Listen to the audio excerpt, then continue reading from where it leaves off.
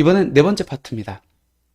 그러면 주택 임대 수익 금액도 산정을 했고 그 임대 수익 금액에 대해서 어떻게 신고해야 되는지, 즉 분리과세로 신고해야 되는지 종합과세로 신고해야 되는지도 말씀을 드렸고, 분리과세로 신고할 때, 그 다음에 종합과세로 신고할 때 어떻게 종합소득세를 산정하는지까지 다 말씀을 드렸습니다. 그러면 주택 임대소득 종합소득세 신고할 때 어떻게 세금을 줄일 수 있습니까? 라는 내용에 대해서 한번 살펴보도록 하겠습니다. 주택임대소득 종합소득세는 이렇게 줄일 수 있다. 한번 잘 활용해 보시기 바랍니다. 이익에 대해서 세금을 내는 거예요.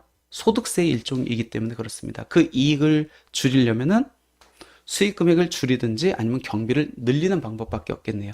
수익 금액을 줄인다고 하면은, 억지로 줄인다고 하면은 월세보다는 전세로 이렇게 돌리는 방법밖에 없겠죠. 근데 월세가 그 수익률 측면에서는 훨씬 더 유리하잖아요. 그러니까 뭐 그거는 바꾸기가 조금 그렇다라고 하면은 다른 방법, 필요 경비를 늘리면 되겠네요. 근데 주택 임대소득과 관련된 필요 경비만 경비로 인정되기 때문에 실질적으로 주택 임대소득과 관련된 필요 경비를 찾아보면은 좀 한정됩니다. 아마 이게 달 거예요. 재산세, 종합부동산세, 그 다음에 건물 수리비, 중개수수료, 이자 비용, 감가상각. 요 비용이 전부지 않을까 생각됩니다. 종합소득세 신고할 때 가끔씩 잘못 생각하는 분들, 가장 오류를 많이 범하는 건 뭐냐면, 이 재산세부터 해서 감가상각비는 어떤 주택에 대한 재산세부터 감가상각비여야 되죠? 그렇죠. 수익 금액이 발생하고 있는 주택에 대해서 발생한 비용이어야만 필요경비로 인정받을 수 있습니다. 무슨 얘기냐면, 내가 주택을 두 채 갖고 있는데 A주택에 대해서 지금 월세를 받고 있어요. 그러면 A주택에 대한 월세에 대해서 이번에 소득세 신고를 해야겠네요. 근데 A주택에 대한 수익 금액 대비해서 반영되는 이제 경비를 산정할 때 A주택과 관련된 재산세, 종부세, 수리비, 중개수수료비, 이자 비용, 감가상각비만 반영을 해야 되는데, 내가 살고 있는 B주택에 대한 재산세도 넣고 이자 비용도 넣고 수리비도 넣고 중개수수료도 넣고 이렇게 하는 경우가 많이 있습니다. 안 돼요. 임대 수익 금액이 있는 주택에서 발생한 비용만 필요 경비로 넣어야 된다는 거 꼭 기억하시면 좋을 것 같습니다.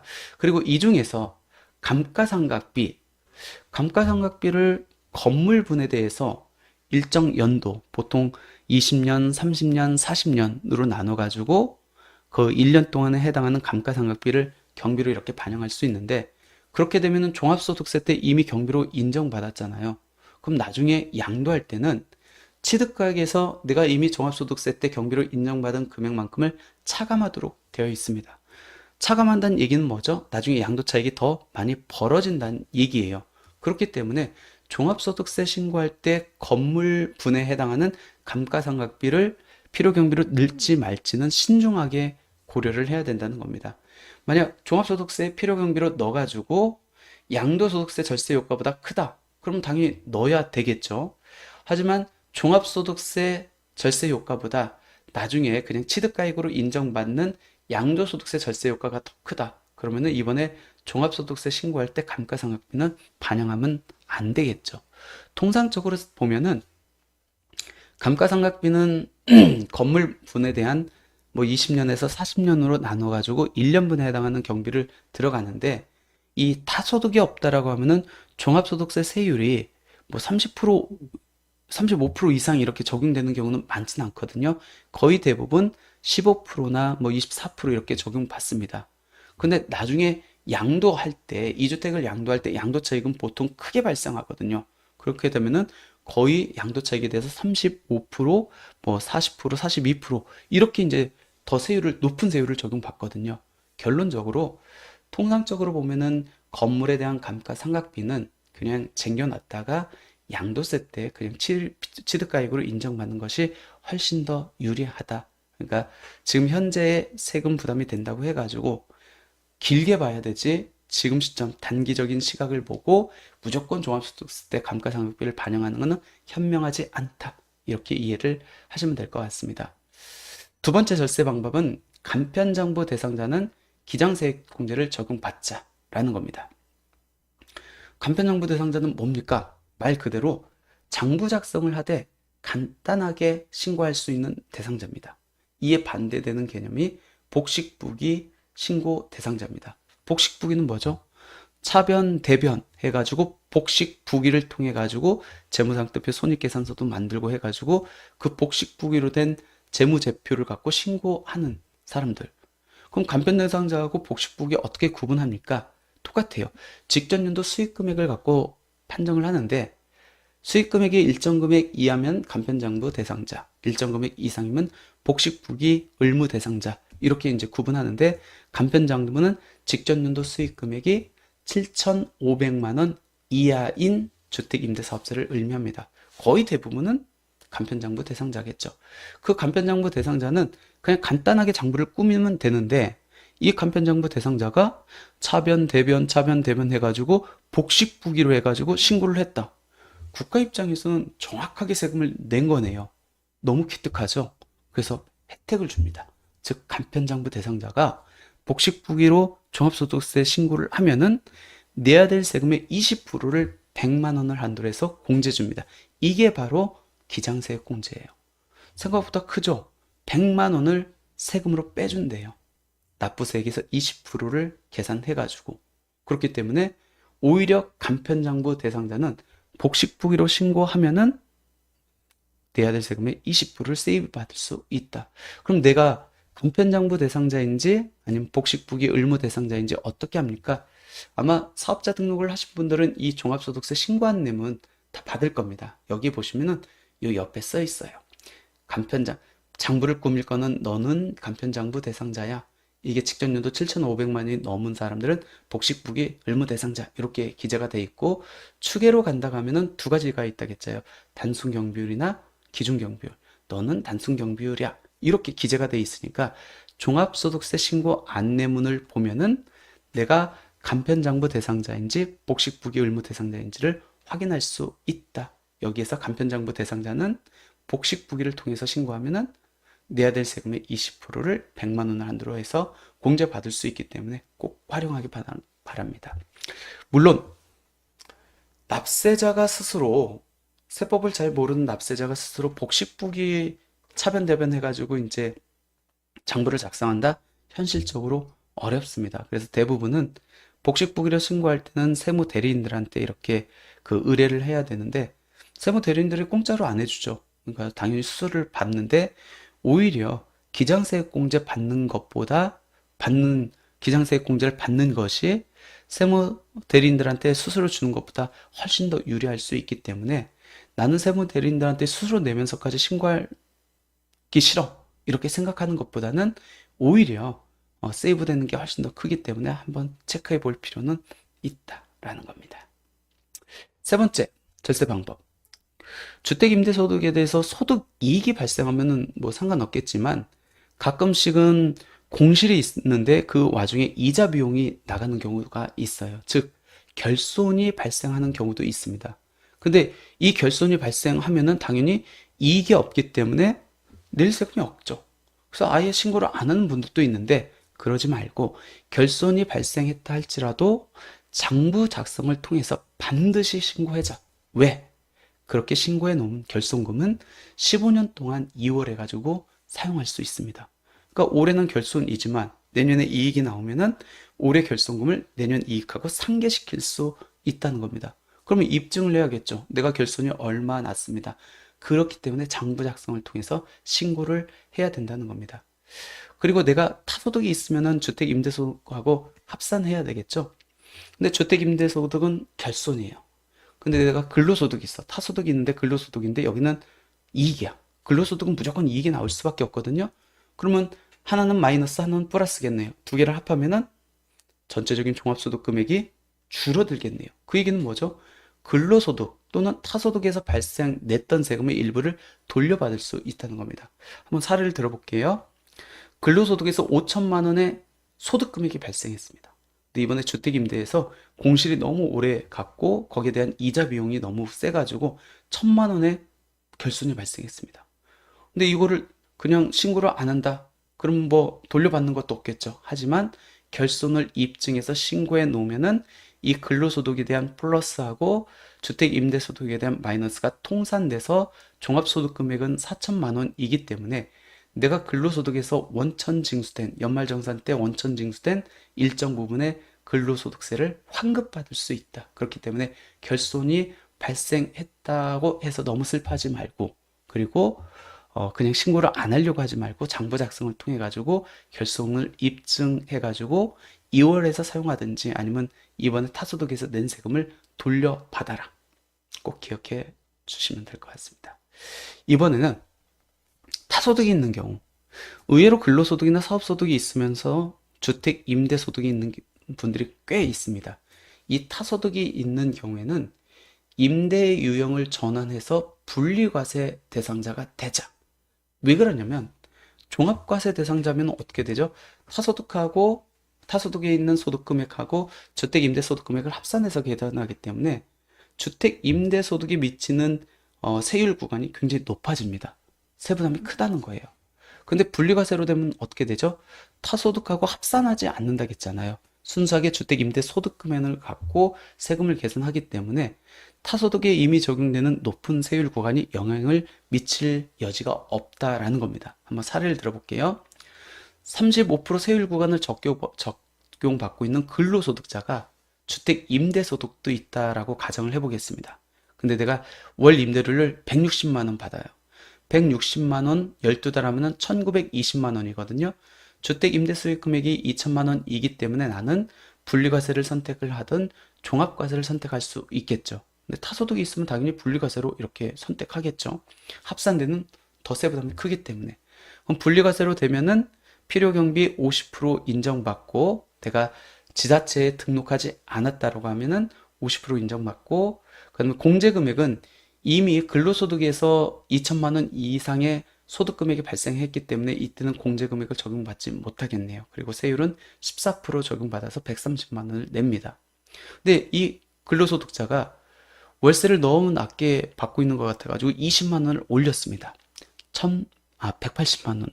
어떤 일이 발생하는지 볼까요? 월세를 20만 원 더 받고 싶은 마음에, 욕심에 20만 원을 올렸더니 주택 임대 수익 금액이 2천이 초과됩니다. 그럼 무슨 얘기죠? 종합과세로 무조건 신고를 해야 된대요. 근데 나는 이미 근로소득 금액에서 35%의 세율 구간을 적용받고 있습니다.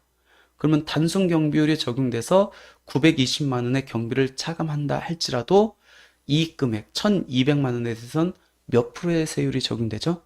이미 근로소득에서 35%를 적용받고 있기 때문에 당연히 35%를 적용받습니다.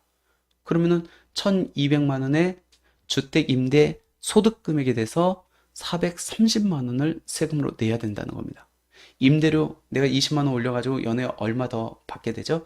240만 원 더 받게 됩니다. 근데 세금은 얼마가 더 줄어요? 더 늘어요? 거의 300만 원이 늡니다. 이렇게 되면 올릴 이유가 없죠. 이렇게 되면 차라리 반전세로 가든지 아니면 월세를 전세로 해가지고 14%, 즉 분리과세로 전환하는 게 훨씬 더 현명하다. 그러니까 무조건 월세를 올리려고 하지 말고 종합소득세에 미치는 영향까지 고려를 해가지고 월세를 얼마로 올릴지, 그리고 반전세로 갈지 아니면 전세로 갈지 여부를 판단해야 된다. 특히 타소득이 있는 분들은 특히 더 조심을 해야 된다라는 겁니다. 이번에는 양쪽 다 등록한 사람들에 대한 세제 혜택, 주택임대사업자 소득세 감면에 대해서 살짝 살펴볼까요? 양쪽 다 등록을 해야 됩니다. 지방자치단체 및 세무서에 양쪽 다 등록했다. 그러면은 종합소득세에서 소득세 감면을 적용받습니다. 내가 한 채 임대를 했다. 단기로 등록하면 30%, 장기로 등록하면 75%를 감면을 받습니다.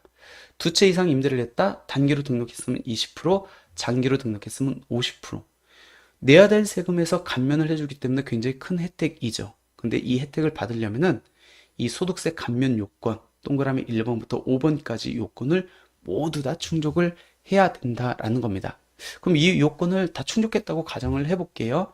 근데 착각해서는 안 되는 게, 내가 주택 임대 소득만 있다라고 하면은 그 주택 임대 소득에서 발생한 산출세액에 대해서 1호 이상 임대를 했는지 2호 이상 임대했는지 단기로 했는지 장기로 임대했는지에 따라서 20%에서 75%를 바로 세액 감면을 받으면 되는데 타소득이 있을 때는 좀 조심해야 됩니다. 왜?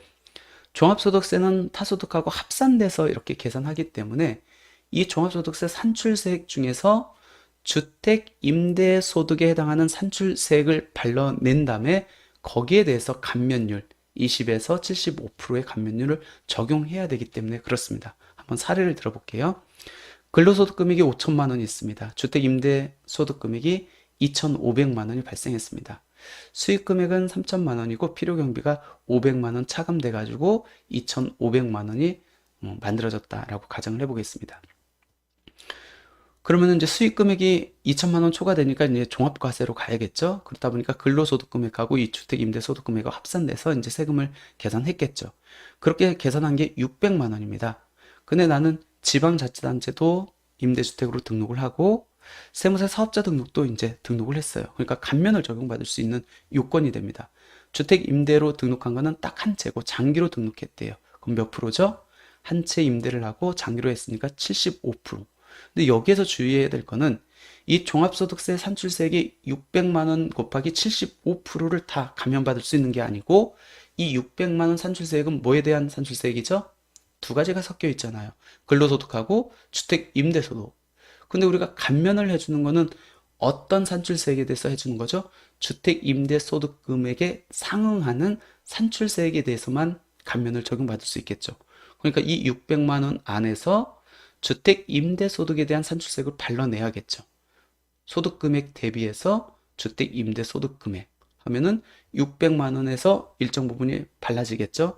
그 금액에 대한 75%만 감면받을 수 있다. 그러니까 600만 원의 75%가 아닌 600만 원 안에 녹아 들어가 있는 주택 임대소득금액에 대한 산출세액에 대한 75%만 감면받는다. 이렇게 보시면 될 것 같습니다. 가끔씩 이제 주택임대사업자가 이제 소득세 감면을 받았을 때 감가상각 의제에 대해서 이제 여쭙는 분들이 많이 있는데 이건 뭐냐면 감가상각 의제는 그렇게 이해하시면 돼요. 감가상각을 하지 않았지만 한 것으로 보겠다라는 겁니다. 그럼 감가상각을 한 것으로 본다라고 하면은 아까 제가 필요경비할 때 말씀을 드렸죠. 그러면 감가상각의 종합소득세 때 필요경비로 반영됐으면은 어디에 영향을 미친다겠죠? 양도소득세 계산할 때 취득가액에서 그 금액을 차감해가지고 양도소득세를 더 많이 내야 된다고 말씀을 드렸습니다. 그러면 양쪽 다 등록한 주택 임대 사업자가 이렇게 소득세 감면을 받으면은 감가상각 의제가 적용되고 이 감가상각 의제가 적용되면은 감가상각을 하지 않았지만 감가상각한 걸로 본 그 금액을 나중에 양도를 할 때 취득가액에서 차감해야 됩니까? 이거에 대해서 의견이 분분했었습니다. 근데 국세청, 과세관청의 견해는 어떻게 된다? 감가상각비 한 걸로 보겠다. 그렇기 때문에 나중에 양도할 때 그 금액만큼을 감가상각 의제된 금액만큼을 취득가액에서 차감해 양도세 더 내. 이렇게 이제 유권 해석이 나왔기 때문에 실질적으로 주택 임대사업자한테 소득세 감면은 그렇게 큰 혜택이 아닙니다. 오히려 독이 될 수 있다. 그래서 저 같은 경우에도 주택 임대사업자 양쪽 다 등록한 주택 임대사업자에 대한 소득세 감면은 그렇게 권해드리지 않습니다. 왜? 양도소득세가 보통 양도차익이 크게 발생하기 때문에 더 높은 세율이 적용받거든요. 그러면 차라리 종합소득세 때 세금을 내고 감면을 적용받지 않고 나중에 양도세 때 양도 차익을 줄이는 게 훨씬 더 유리할 수 있기 때문에 개인적으로는 주택 임대사업자 소득세 감면은 안 받는 게 낫지 않을까 생각됩니다. 물론 나중에 양도할 주택이 1세대 1주택 비과세 적용 대상이거나 어떤 감면을 적용받아 가지고 양도세를 적게 낸다. 그러면 당연히 이 필요경비에서 인정받는 게 훨씬 더 낫죠. 즉 감가상각을 소득세 감면을 적용받는 게 훨씬 더 유리하지만 내가 다주택자 입장이다라고 하면은 오히려 양도소득세에서 그냥 취득가액으로 인정받는 게 훨씬 더 유리할 수 있다라는 겁니다. 그러니까 이 부분은 종합소득세 신고하면서 한번 세무사님들한테 한번 상의를 하시면은 세무사님께서 그 유불리를 아마 가르쳐 주지 않을까 생각됩니다.